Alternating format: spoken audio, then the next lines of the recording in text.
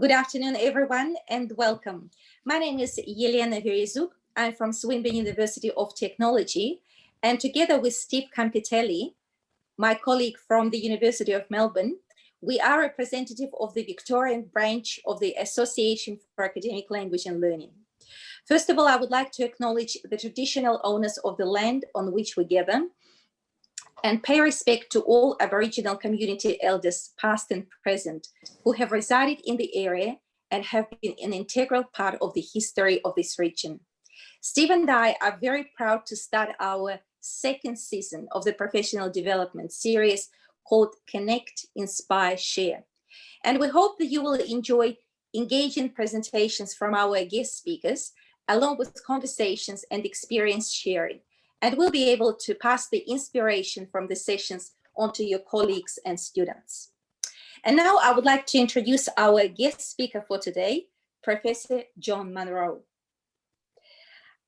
John is Professor of Educational Psychology and Exceptional Learning at the Faculty of Education and Arts, Australian Catholic University, and Principal Fellow at the University of Melbourne. John is a primary and secondary school teacher and a psychologist. He has worked in the area of exceptional learning and learning difficulties at the tertiary level for 42 years.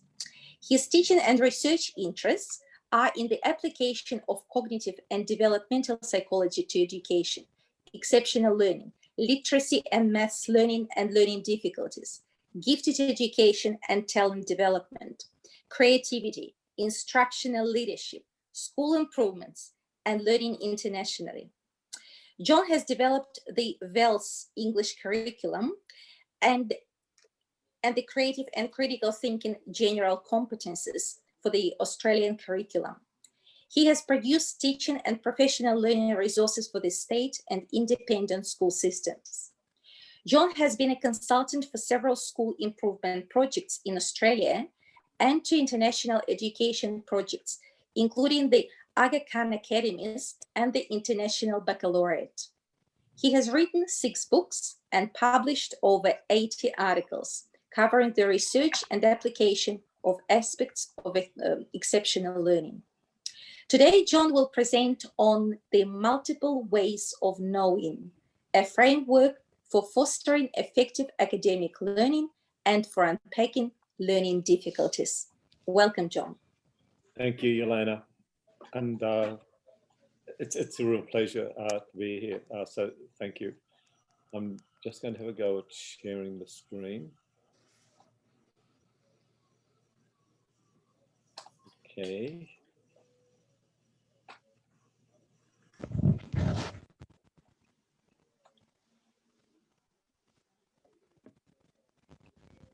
Okay, so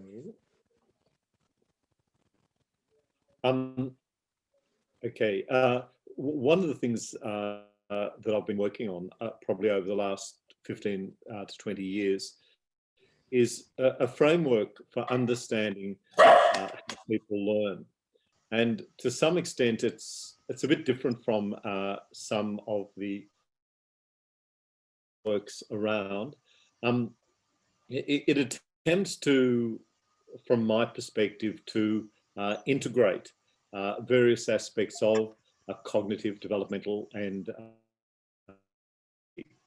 I developed it initially as a framework for teachers when I was working at Melbourne, and I had to do, or it was my pleasure to teach in the areas of to pre-service teachers. I was really keen for the teachers who I was teaching to be aware that there was more than Vygotsky, Piaget, Skinner, Bandura, Atkinson, Shiffrin, and so on, and that when they looked at each student, they actually saw an operating system that involved key, vital, dynamic activity. And part of that activity begins with what you know. And I know there are notable international educators who talk about learning being visible. I don't believe that learning actually is visible. I believe what is visible at any point is what a person knows. And if I working with a student or a group of students and they end up knowing more in 5 minutes time, I would infer that they've learnt. And it's that perspective that I'm coming from in looking at the model today. So any effective learning and teaching really involves me as a teacher, me as an educator, making key assumptions. And any decisions that I decide to implement involve those assumptions. So is working with a group of students. Mr. Jones is going to make assumptions about what each student actually knows. And for example, their ability to retrieve ideas, to make links, or as you have in your identity, actually connect. Need, I make assumptions about how the students I'm working with, what they know about how to learn and how to manage themselves as learners, how to set goals effectively, perhaps to set mastery goals rather than performance goals and so on. Pathway that they can use to see their brain actually making more and more links as they move along it, and to know how to modify the pathway as they're going. Decisions about how well students engage with the learning activity. I remember as a young maths teacher in the 1960s, assuming that every student was as equally motivated to learn about how to solve quadratic equations as I was to teach them. Now, you might say I was very naive, and perhaps I really was. But at the time, I didn't question the idea that everyone would be as equally motivated to want to engage with the teaching as I was to actually implement it. I make assumptions on teaching know about teachers and what they know about teaching, about what it is that teachers or student learning support staff actually do. It's about what the students know about the classroom culture and what they know from other cultures that they belong to, what they've learned from their family culture about how to learn, what they've learned from the peer group culture that they belong to, the gender culture. Each student we work with belongs to a range of cultures, and each of those cultures has particular beliefs about how to learn and has particular dispositions towards learning. So the decisions that I make as an educator really involve me guessing about all of those things. The extent to which my assumptions match student actually learns determines the extent to which they're successful in learning. In other words, it determines the extent to which the information I provide that student and helps them on their pathway, to achieving their life options. Obviously, the bigger the mismatch, then the less likely successfully. And so it was from that perspective that I was wanting to put together a model for just starting to understand what are the key areas of knowledge that I make assumptions about. And I've mentioned at the bottom of that slide, I believe ways in which anyone knows a particular topic, knows a particular idea. And I need to have a model for describing those. And during learning, or more, hopefully more of those multiple ways of knowing something gradually changes. Now, any model of learning that I believe we put together needs to be informed by activity. Well, what we know about neural activity during the learning process. And so really that is the perspective that I'm coming from.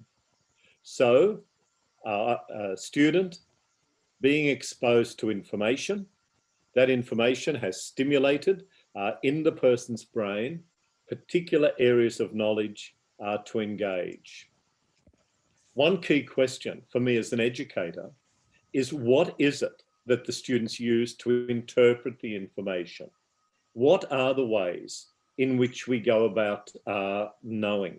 And as I mentioned a moment ago, mismatch between the assumptions I've made in constructing that information and the extent to which they match how this individual, that mismatch, the less likely the student is to learn effectively.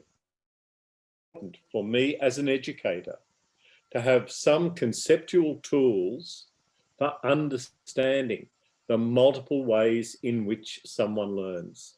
Over the last few months, I've been looking through some documents from the various state education departments in Australia. And generally the students' prior knowledge, and that if one is to lift student outcomes, we need to take on board prior knowledge. But there is virtually no documents about what prior knowledge looks like, about what it is, and about how I, as an educator, can tap into it and change it. At the topic of stress.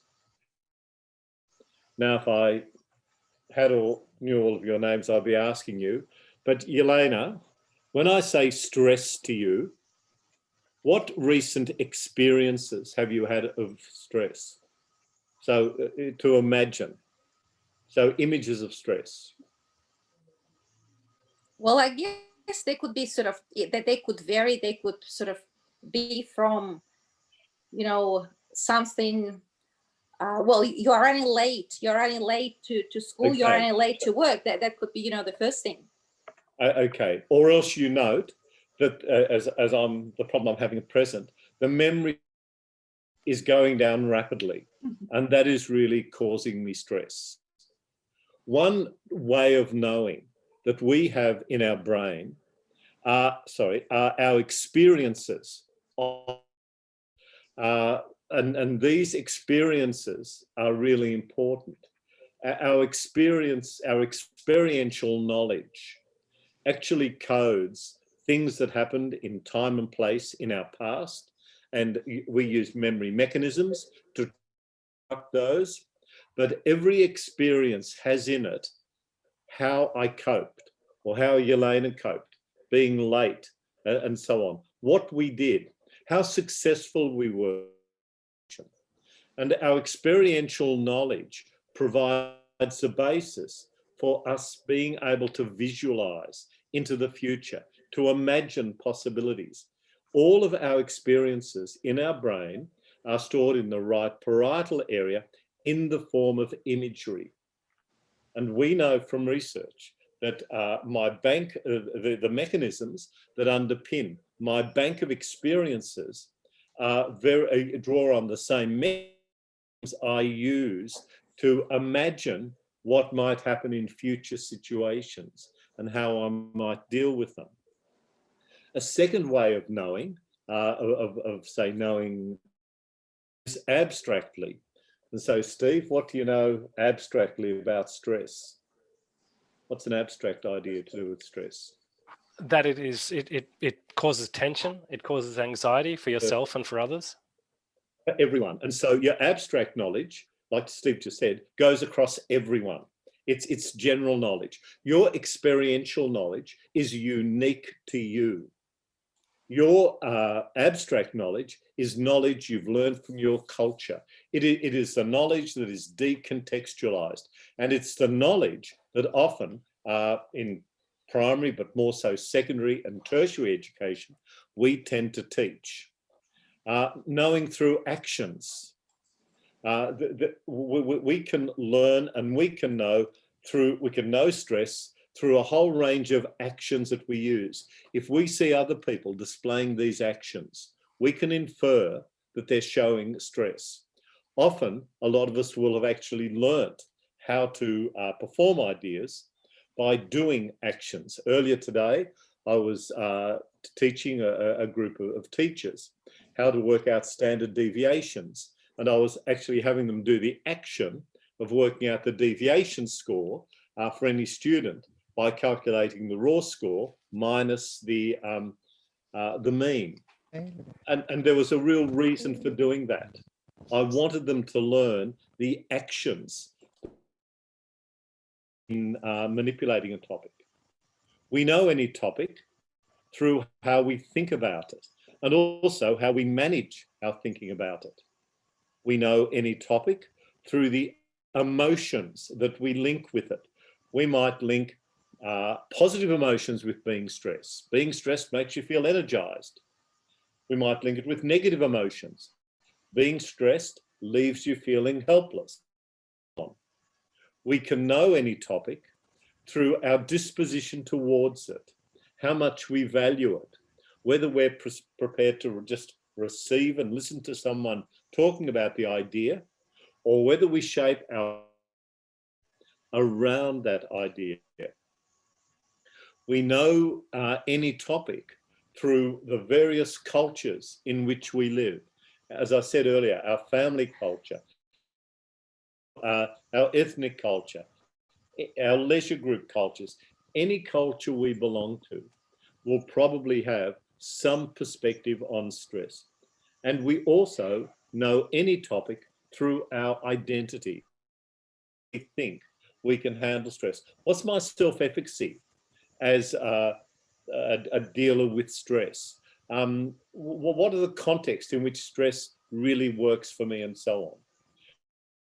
Is that I can know stress in a range of ways, and all of those ways at any point feed in to my thinking space, and they give me a synthesis, or a synthesis of all of those ways, determine how I see the information, the interpretations I make as a result of that.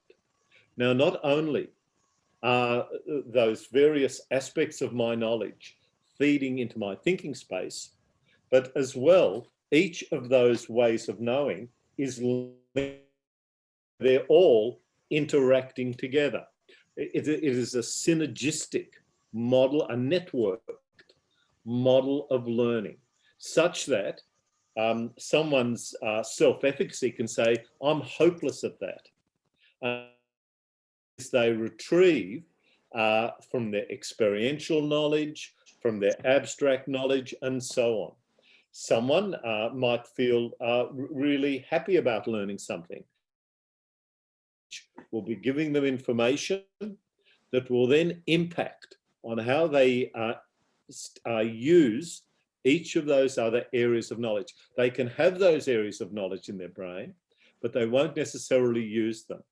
So this combination or synthesis of the 8 ways of knowing is my overall understanding, in this case of stress, but I'm that we're wanting our students to manipulate. And this framework, it certainly gives me a way of thinking about how we interpret any idea. Now, each way of knowing provides you with a code for representing any new information coming in, and it allows you to retain that code. You might encode the ideas in an emotionally. If you're driving home, if you're at work and you're driving home after this, and someone acts aggressively to you on the road, you'll be encoding part of the emotional reaction. You'll also be encoding it in terms of your experiential reaction, because your experiences will tell you the person shouldn't have done that. They shouldn't have taken up. You might encode it also in terms of the actions that the person did. So I'm wanting to argue that this way of looking at knowing provides us with a basis for understanding how we are. Now, I've probably spoken a bit too much already. I've just applied in this case to an understanding of, illustrate again what I'm talking about. So we have in our brains a range of memories in which we store variation to which we're exposed. When we detect information, part of our brain processes it from an experiential perspective, an episodic perspective. Part of it processed. We draw on our earlier experiences and other aspects of our knowledge to pull out emotions that we link with the present situation. We process it in terms of our abstract decontextual of what we know about ourselves. And some people in the research are talking about the integration between experiential knowledge and our more abstract, factual ourselves. And so we have this notion of autobiographical episodic memory being really important, particularly in understanding autism. We interpret any information in terms of it, how much we value it. We interpret it in terms of the thinking that we know is useful for that type of knowledge, not activity, but also the metacognitive activity. We interpret it in terms of the actions and also our cultural experiences. Now, in this model, where do short-term and long-term memory is all of those aspects of my knowledge. And it's not as in, say, Howard Gardner's frames of mind. Each of these, or each of the ways of knowing, is almost in a silo. I'm arguing that all of these ways of knowing are inextricably linked. And at any point during my consciousness, some of those links are activated and some of them are contributing, standing at that point.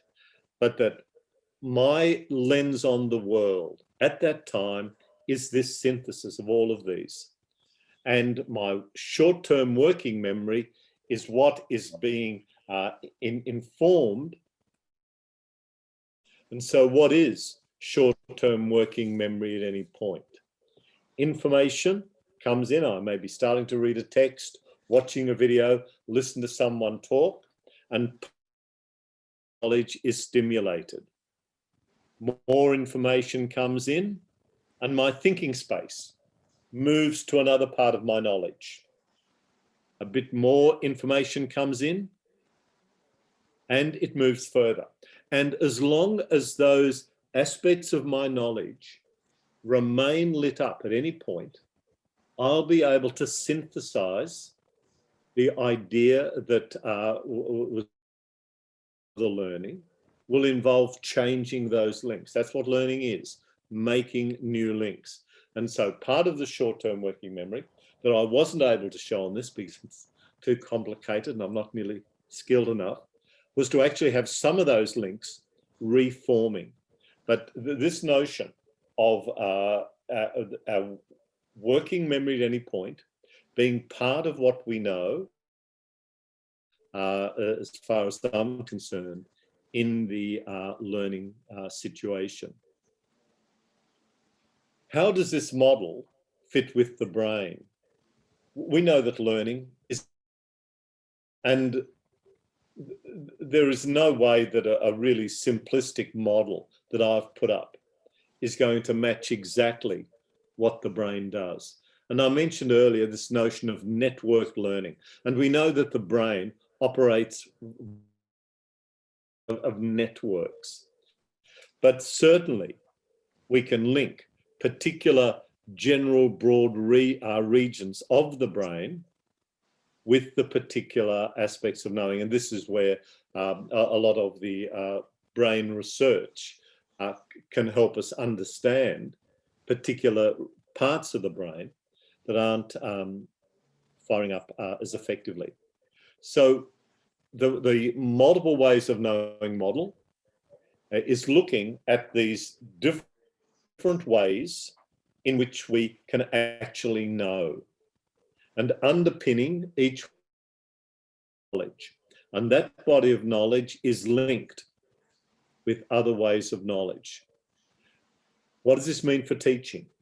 During teaching, when I'm working with a group of students or when I'm working with an individual student, wanting all of those ways of knowing to change.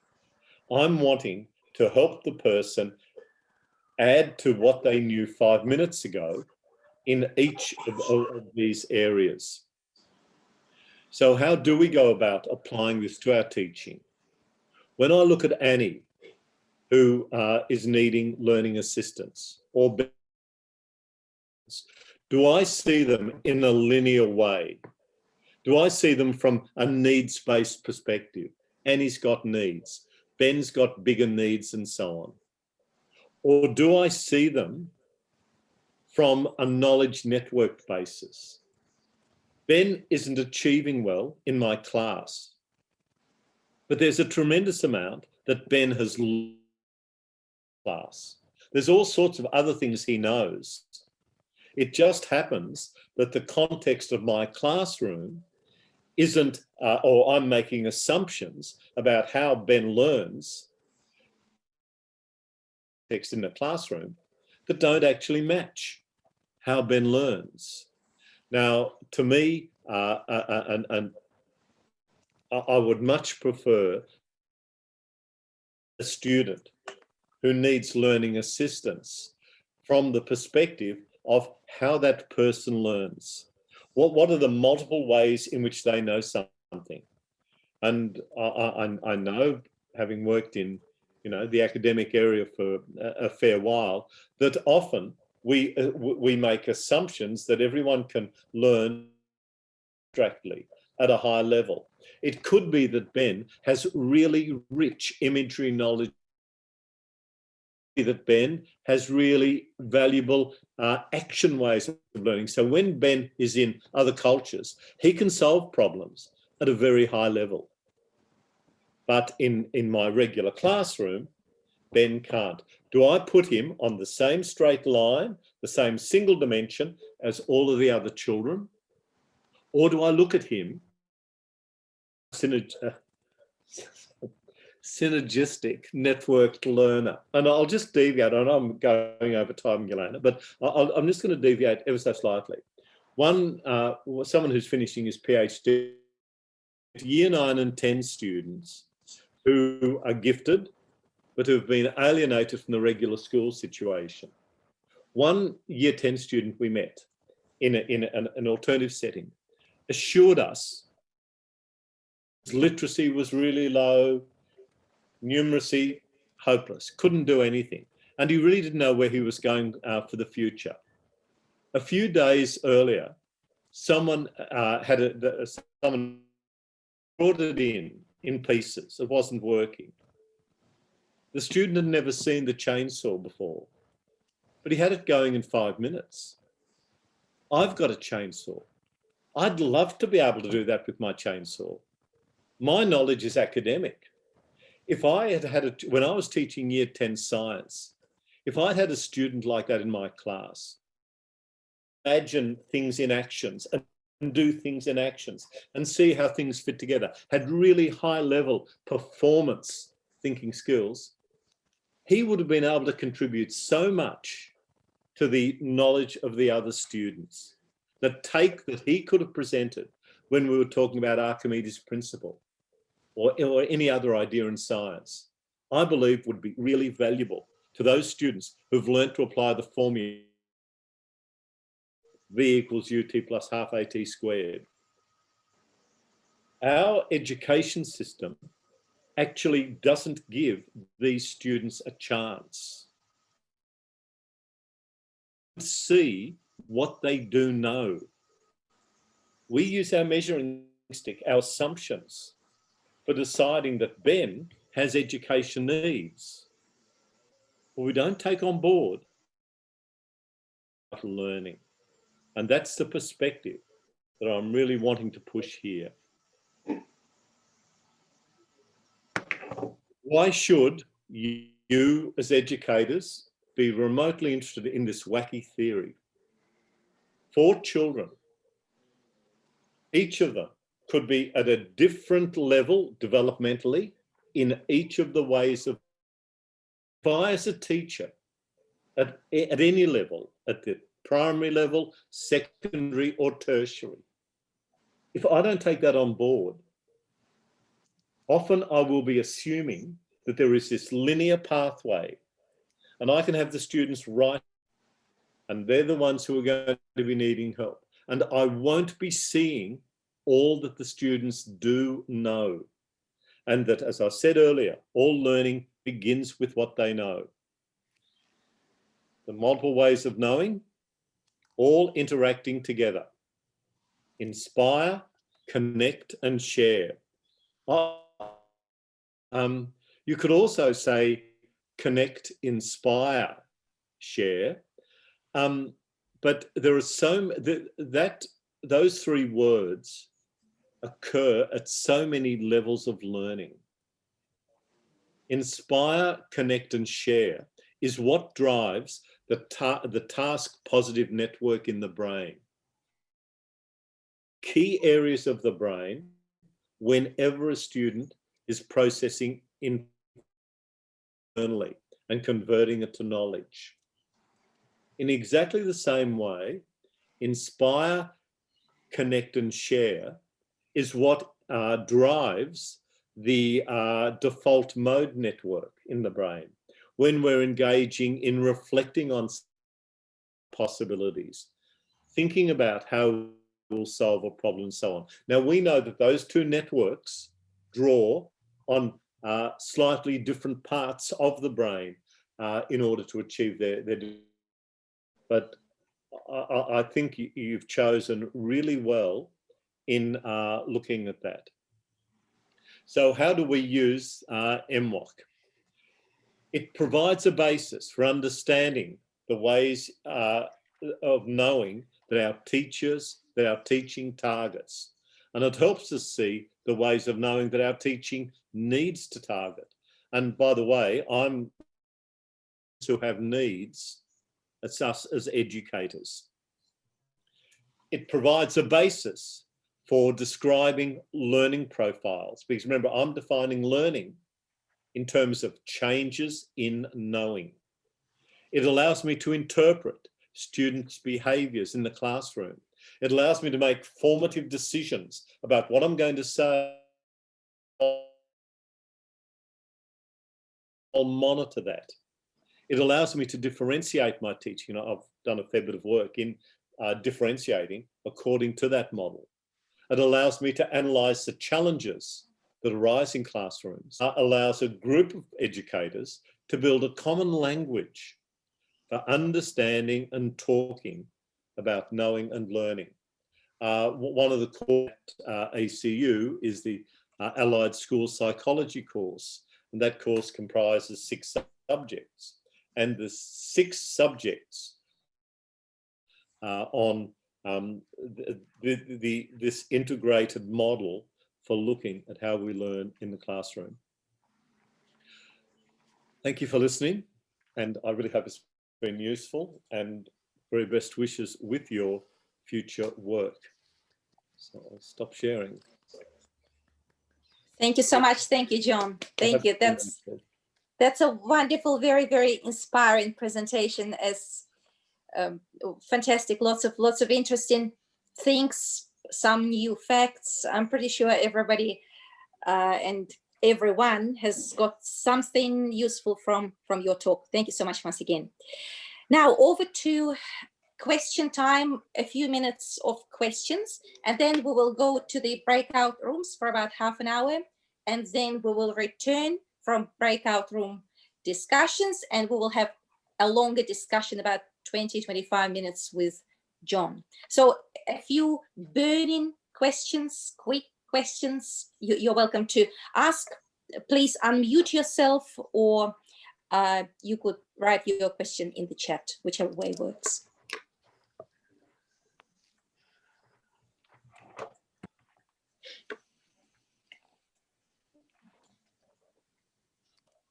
Anna, please unmute yourself and speak. Hi, everyone. Thank you for the presentation, John. I'm so proud of myself. I forgot to say thank you for the presentation. I usually go in and ask the questions straight away. I have a question that I think I'm asking myself, and maybe others are asking as well, where we are sometimes in a position where we have to help someone achieve an academic goal because they are already in a tertiary environment, and it may be a literacy test for teachers. It could be improved writing in a PhD thesis. How can we use the multiple ways of knowing? What would be your expert opinion on that? Okay, one activity that I'm involved in at ACU, and this is, I'm sure, is a similar activity in all universities that have teacher education courses. All teachers have to pass LANTITE, which is a literacy test. And it's possible for a teacher to sit the literacy test, say, 4 times and not be successful on the 4th time. And it's possible for them to be in their 4th year, an international student needing an extension, a 6-month extension, and so on. So if we just think of the multiple ways of knowing, first of all, in terms of their experiential knowledge, what is their set of recent experiences about literacy? You can imagine what they're like. You can imagine how they feel. What do they know abstractly about literacy? At this moment, they're almost believing they know nothing about it. So when I take a text, and before we begin to read it, we read the topic. And I say, okay, imagine what this might be about. What's going on here? What words might come up in it? What questions might it answer for you? Okay, and then we read a bit of it. And I say, okay, can you say that sentence in your own words? Make an image of it. So what have we done so far? When I've said, read the sentence and say it in your own words, I've got them to try to construct an abstract model of it. Then I say, visualize it, imagine it. We've gone to the experiential. Or I might say to them, if it's a difficult sentence with 3 or 4 embedded clauses, find the action in the sentence. What action is going on? So I'm pushing the procedural stuff. As we're going along, I'm saying, hey, that's great, you guys. You've really put that together well. And so we read the paragraph and I say, okay, what questions can you answer now? Or what do you think that means? What do you think that word means in this context? Now, I can, through that, Anna, I can practice each of the ways of knowing, and it can really inform my teaching. And I've seen students who on the first 1 or 2 sessions in our literacy work, they've been so filled with anxiety, frustration, and anger as well, that one of the students really emotionally, and like Elena said, I'm a psychologist. My PhD is in psychology. I was really worried about her emotional state when we finished. Now, she went on and she did really well. She's passed it now. She's finished. She's got the course. But we really needed to work on each of those areas. I couldn't change their past, but I could really try to help them see actions they could take, build their knowledge of different aspects of text, build their imagery knowledge, build their self-efficacy, their belief that they could be successful, their preparedness to engage, and so on. You see, to me, one thing the model does is that it says, I need to, over 20 minutes, I might need to target all of these aspects. Now, and I'm just taking LANTITE as an example. I'm sure every faculty of education in Australia faces the issues that we face and we know that, and you guys know much better than me, I think the data, it's like 12 or 13% of students across the board actually have literacy problems in universities. Not everyone comes to university, you know, at the 70th percentile level in literacy. I mean, one of the Lantite students was dyslexic. Now, he wasn't assessed as being dyslexic when he came to uni. Well, when I heard him reading aloud, and I said, look, mate, you know, by himself, has anyone ever said to you that you have difficulty with words? No. And one of the things I had him do, I used to get 50 words, 3 or 4 syllable words, you know, really unusual words. He'd read them onto his mobile phone of a night. And then when we met, we'd go through and I'd listen to how he read them. And I'd suggest word reading strategies. He's passed. He's got it now. Another student, a 4th year student, who actually was 4th year in psychology, her real problem is actually composing sentences. It's an oral language difficulty. She can talk, she can talk beautifully about any idea she's got in her brain. But if she has to read a sentence, again, particularly a 2-event sentence about a topic that she didn't decide, she will mention 3 or 4 words in it. So I've had to work on scaffolding her, you know, to look at the verb first, who did it, where was it done, the next idea, the action way of teaching, and putting it together. That's how I see it operating. Thank you so much. Thank you, Thank John. Look, I've got a suggestion. I see sort of questions started coming. Maybe we will have a bit of time in breakout rooms sort of to reflect on the framework which John explained, have a bit of conversation, idea sharing. And then when we come back in about sort of 20 minutes, 25 minutes, we will continue this Q&A session, and by all means, we will already ask. How did now over to the group, to the questions or comments, questions to John or comments from discussion. So we're pretty flexible in the way we run this 3rd part of our session.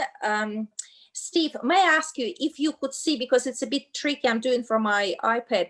I can't see, or I mean, I see, but they come and go sort of quickly, the questions. If you could repeat Sure. or reread the questions to John, please. Or if you want, if anyone wants to unmute and ask question, you're welcome. So over to you guys. I don't know if Claire is still here. Are you still here, Claire? Doesn't, oh, she's not. But I'll ask her question for her, which, oh, there you are. Yeah, she's here. She's here. Sorry, Claire, you're right in the middle of my Brady Bunch screen. So I, do you want to ask your question that you popped in chat before, Claire? Do you remember what it was? I'm so sorry, a phone call just came in that I needed to take. Yes, it was just about, we actually had a bit of a discussion in our group about this question, which was how we might use a framework like that with students that we just meet for the first time in a 30-minute drop-in session, and you know, whether we can get enough information in that time to be useful. Yeah, especially when it's online, maybe. Yeah, Claire, what would be the purpose of the 30-minute session? It's usually a student kind of comes to get assistance with their assignment, so with writing their assignment, or you know, they often ask for proofreading, which is not exactly what we're trying to do, but anyway, what else? Okay. Help with referencing or that kind of thing. Okay, so if someone you know, wanted help with an assignment, I'd be really keen for them to tell me early in the piece. They're wanting something to be different, probably in half an hour's time. So what will, and to me there is real power in imagery, when their assignment has been improved, how might it look different in general ways? You know, what might be there that isn't there now? So it's not them coming to you and expecting you to lead them blindfolded, step by step, to the outcome. It's them saying, what do they know already about this? What do they know? What do they know in the abstract ideas? What do they want the reader of their assignment to be saying to themselves as they're reading it? What do they want the reader to be saying? What questions do they want to answer in the reader's mind? So, getting it in the abstract way, what questions? What do they want the reader to be saying? And if the reader is going to be saying that, what will they be putting into their assignment, in order to achieve that? If it is to correct, say, grammar in the written assignment, what do they know already about, the grammatical forms that are on about? Can they recognise which sentences need to be improved? And perhaps one first step for me would be for them to go through the assignment and just tell me what they recognise as areas to be improved. I'd be wanting them to really come prepared with as much as possible in each of the areas. I mean, I can certainly engage in discussion about their self-efficacy, about what they, think, about how to change their topic. Do they feel confident? Which bits do they feel confident about doing? I've actually never been in this position, Claire. I'm just trying to think That's all right. of the things that I would. We also sort of said that sometimes the way the student asks for assistance gives away what they already know. So it sort of ties in with what you've been saying too. And I think the other thing that just popped into my mind as you were talking was the knowing about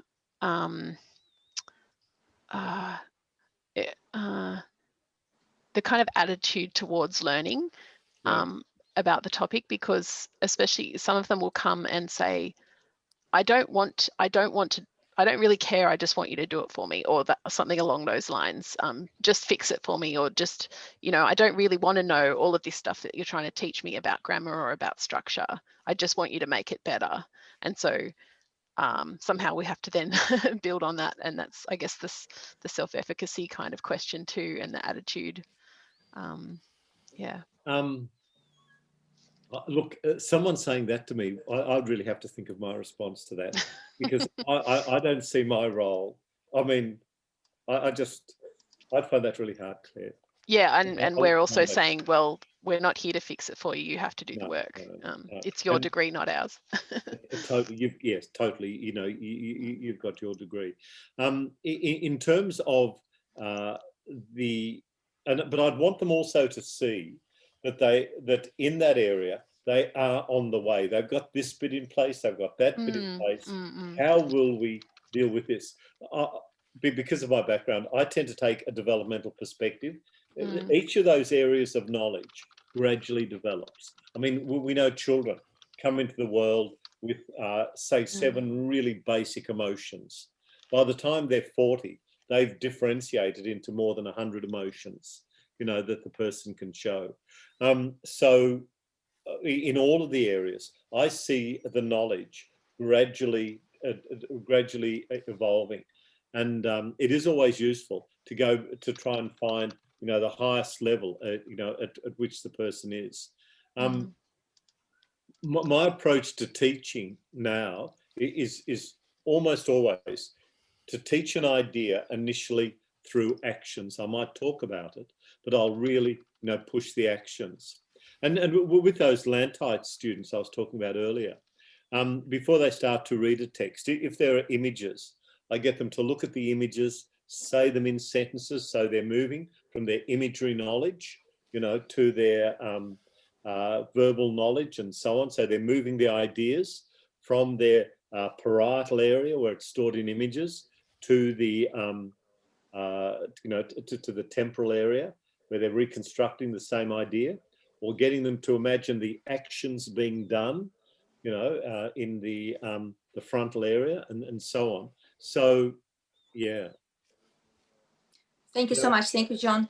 Joanne's got a question. She raised her hand. Oh, well, no, actually, I just wanted to mention something in response to Claire's question, because we see students for 30-minute or 25-minute appointments as well. And I can see Steve nodding, and I'm sure my colleague Hilary would have a similar response. But we field that question about, can you just fix it for me quite often, or that attitude, if not that question directly. And I mean, I always tell them that we want to help you so that you don't need this service. We want to help you so that you feel confident doing the work yourself, and so that you don't need to bring everything to us. And we try to explain it to you this way so you can apply it to other pieces of work, not just the one you're doing now. And in terms of what you can find out about what the student already knows at the start, exactly as John said, I usually start with asking what they want feedback on. And then if they say something like, my grammar is bad or my structure is bad, I tend to ask next, instead of just diving straight into it, I'll ask, why do you think that? Have you had that feedback from someone? Or is it just your impression that you don't know how to do these things? And sometimes that can give rise to a lot of information that reveals sort of how much they know, I think. Yeah, look, in those sessions, I think that's great, Joan. In those sessions, I would be really encouraging the students to tell me all that they did know about something. Because I'd be saying there's a whole lot of things we don't know, but tell me all that you do know about this. Tell me when you imagine it being done. Tell me what you see in your mind when you hear it. Tell me the key words, say sentences about it. Tell me about your feelings about it, and so on. So I'd be really wanting to push them to bring out all that they do know, because often these students may not recognize all they do know. What they'll be seeing a lot is what they don't know. But I would also be wanting them, the first session is when we're meeting and they're learning about what the session is. And I'd be saying to them early in the piece, at the end of this session, I'm going to ask you to tell me what you've learnt. I want you to tell me what your brain has got now that it didn't have when we began.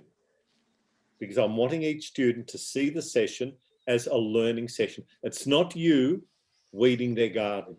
It's not. It's them changing their brain.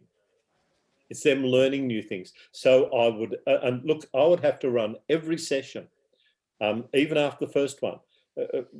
I'd be saying, tell me what you know now. Tell me what you know now in words. So say in sentences what you've learned. Tell me about the images you've got in your mind. Tell me about how you're thinking about it. What self-talk did we use that helped you get to that? When might you use that self-talk in future? We're building their self-agency, but I would be really pushing that. Okay, you thought that this was hard. Look at what you can do now. And so and all of that needs to be based on, the reality of what you did do. I mean, people will very soon smell a rat and be aware that we're not just the happiness boys, the positive, I shouldn't say this, should I? The positive psych guys. But we're into, sorry, Steve, we're into reality. I mean, we're on about them changing their real knowledge, but help them see all that they did do. And if you want your sessions to be learning sessions, then you make them explicitly learning sessions. And learning means changing your knowledge, changing your skill, changing what you believe, changing how you feel. That's, I think, what we're really wanting. Thank you, John. Alice got a question. Alice, please unmute yourself. Hi. Oh, yeah. Yeah, it's very interesting. And hi, John, I'm from ACU Academic Skills. It just occurs, we have 30-minute sessions on Zoom, and it just occurs to me that tying with your idea of finding out what students know and don't know is the idea, maybe for academic skills, that the idea of threshold concepts, because I've come to realize through all these consultations that once students understand that writing is a process and not something they can do in one day, and then we start breaking down what that process is, or once we get the notion of you can fix everything for me out of the way, that you do your part, we can do your part. What we're working on is not right and wrong answers, but skill development. So there are certain, I think, concepts for students to understand about what academic skills development means and how it will affect them that we could put together as our own, in our own profession. Yeah, and Alice, Yelena and I were just talking during the break about aspects of this. I've just had one of my students at ACU finish her master's. Now, she wasn't, and they're really great points, Alice, that you're bringing up. She wasn't able to write in a really academic way that I thought was appropriate. So I saw nothing wrong with me writing, taking 2 or 3 of her paragraphs and rewriting them, how I think it should have been rewritten.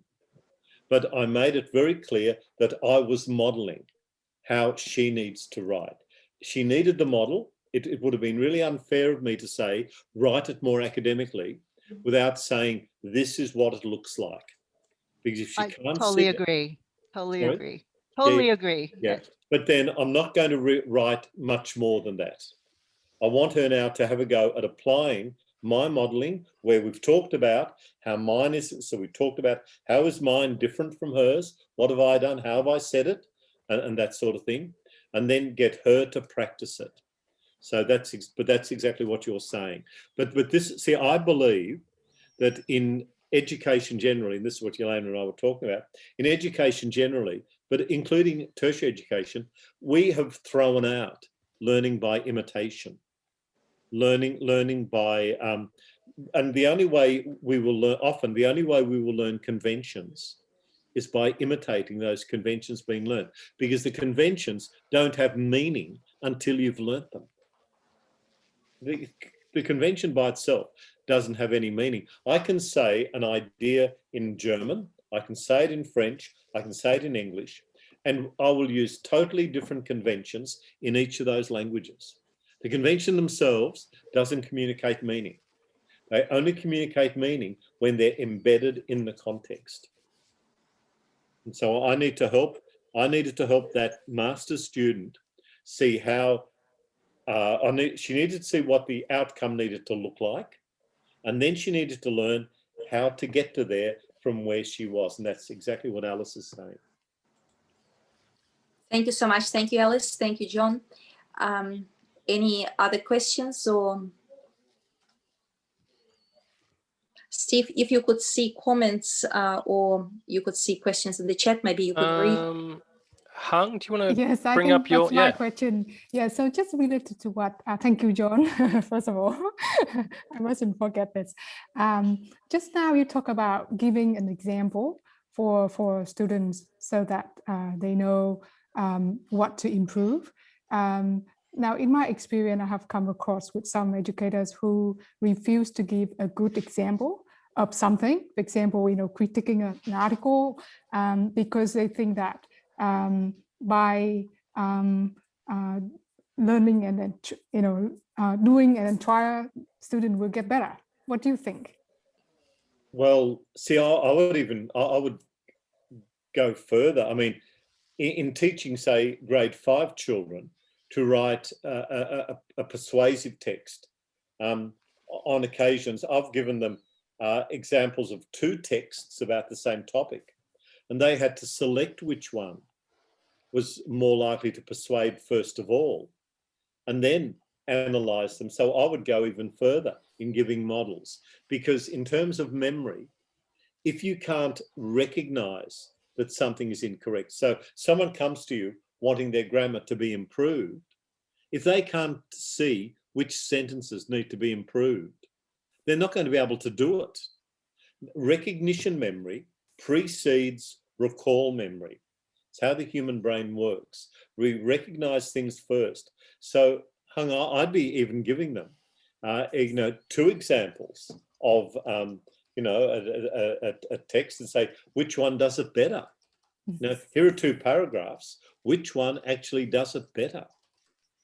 So I would be going overboard with helping students see what the outcome needs to look like. But I would begin with recognition. It's the same thing with teaching a group of kids. I can say, you know, I can finish a lesson having taught the capitals of Australia, capital cities of Australia. And I could begin the next lesson by saying, what's the capital of New South Wales? But the way memory operates, we remember better when we can first reconstruct it or reimagine what it was. And so my first question will be, what's the capital of New South Wales? Sydney or Perth? A recognition question. Because I can ask the recall question next. But if the person can't answer the recognition question, you know, as sure as God made little apples, they won't answer the recall question. They won't be able to. They can't. It's just they haven't made that link in their brain yet.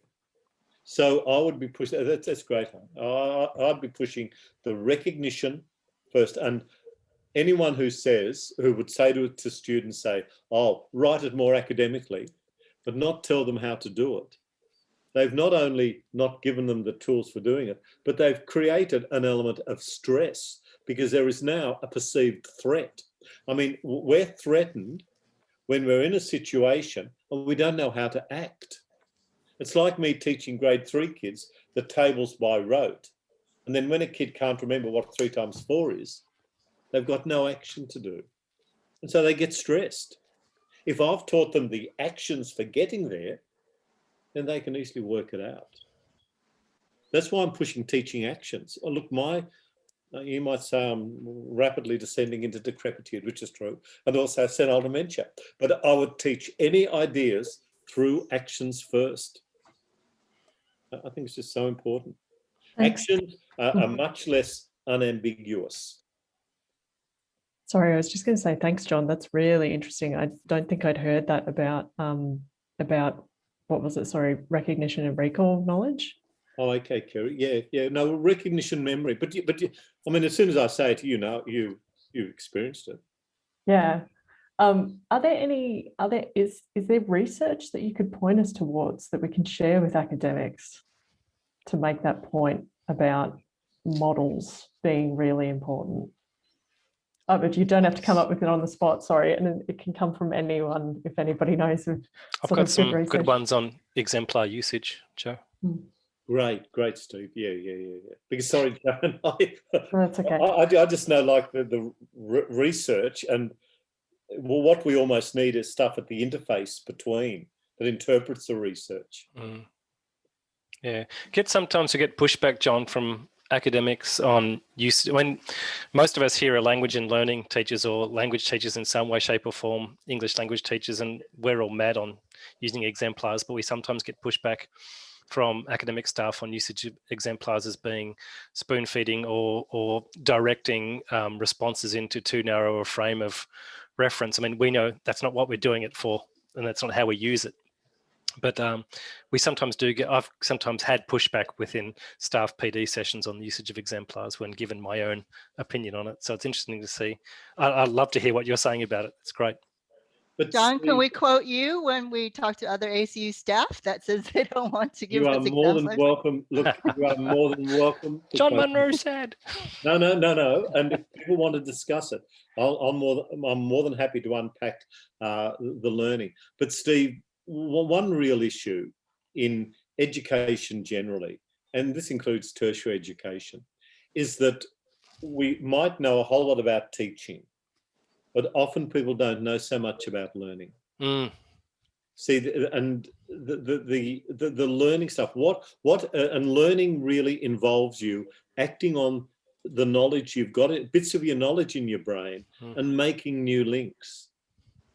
And that's why the visualizing works, the paraphrasing works, the inferring works. All of those things work because we're acting on ideas and generating new links that we then test. And if they're supported, we might even automatize that knowledge so we can use it further. But look, interestingly, in the education faculty 2 or 3 years ago, someone found an article that talked about 25 ways of learning, and it was sent around, and it looked really appealing, but really underpinning them all, there was just one way. It was just learning in different contexts for different purposes. And it complicates things when we say, oh, there's 25 ways of learning, rather than saying, look, there's one way of learning. You know, you start off with what you know, and you think about it in different ways, according to different purposes, and you make new links. And then to make sure you remember it, you strengthen those links. You know, I mean, it's not rocket science. it's not rocket science. And when you look at kids learning, all of us who've got kids, the children first learnt through actions. I mean, the kids they see things and all sorts of things, but what you see an 18-month-old kid do is touching everything. Yeah. They're acting out to see what it feels like. And then between 2 and 4, they're manipulating experiences, images. And then they start to become, you know, more logical. I mean, you know, it's, we anyway. Thank you so much.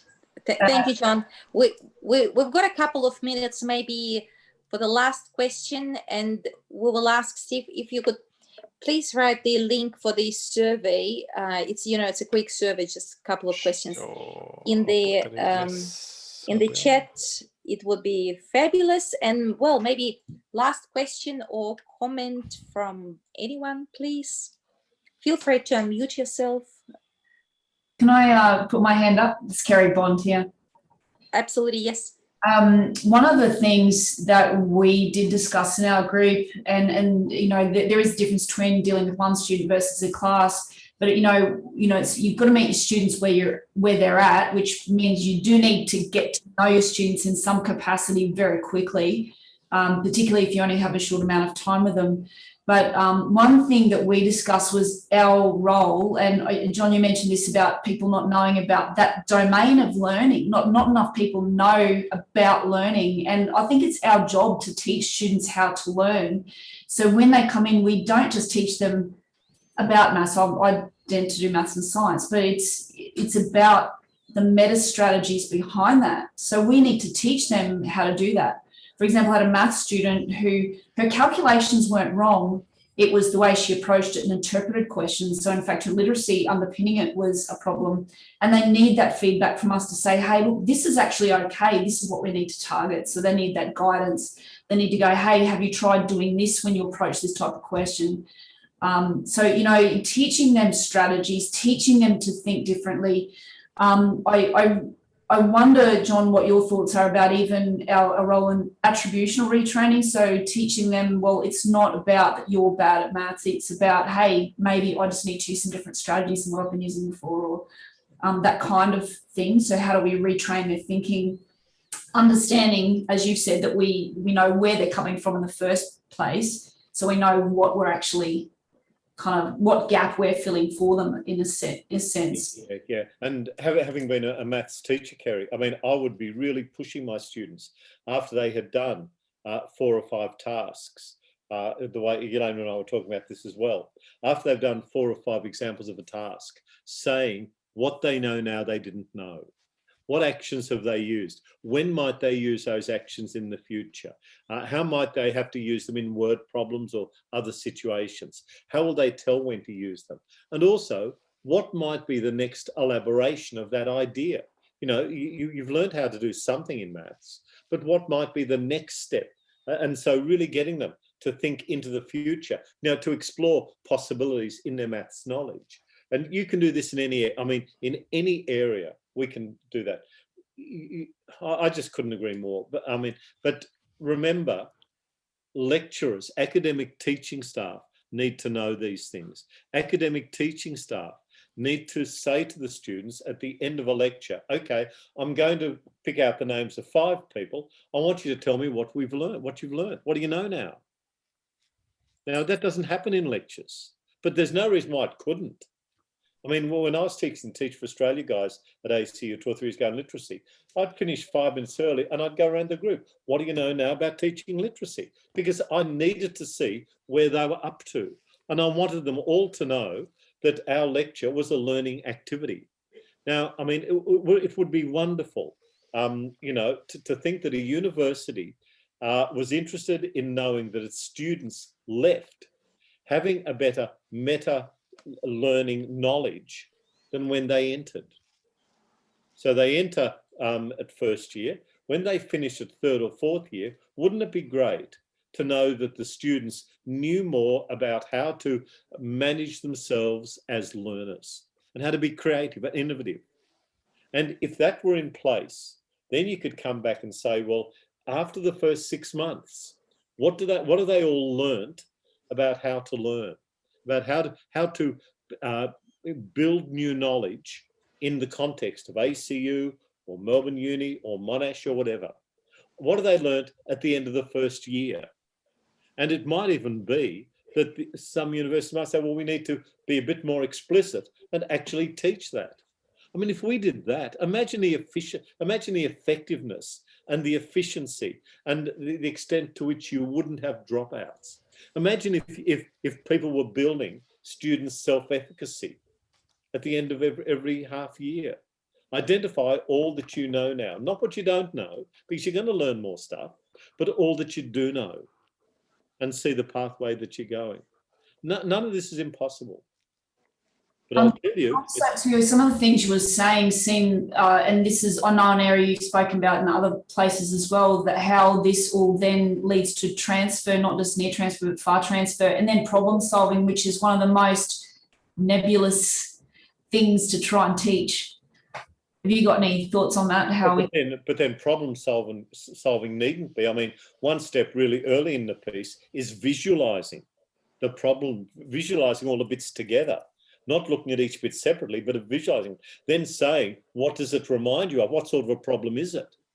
Imagining what the outcome will look like in a really broad way, and thinking of what the solution path might look like. It's like writing an essay again, writing an assignment, you know, where we do that. But Kerry, I'm really wanting to raise the idea that we actually give students the opportunity to learn these things explicitly, because we would have we would be much more producing of knowledge than we are now, because at present it's all random.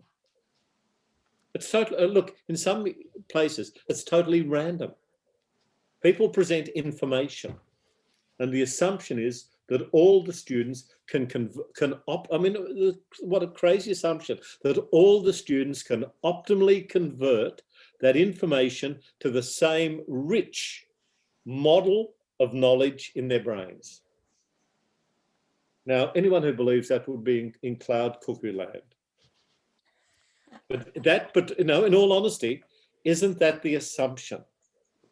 It is. Starting point often.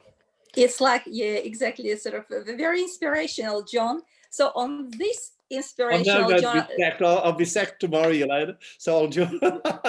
We'll get a copy. Not by us. Sorry, John, I didn't say there will be quite a few ACU people here. But John, thank you so much. It was absolutely brilliant session, brilliant presentation, discussion. Thank you so much to all the participants for coming, for enjoying the session with us. Thank you for completing the survey. I hope everybody had a chance to do this, you know, a couple of minutes. It's always useful to know what your thoughts are.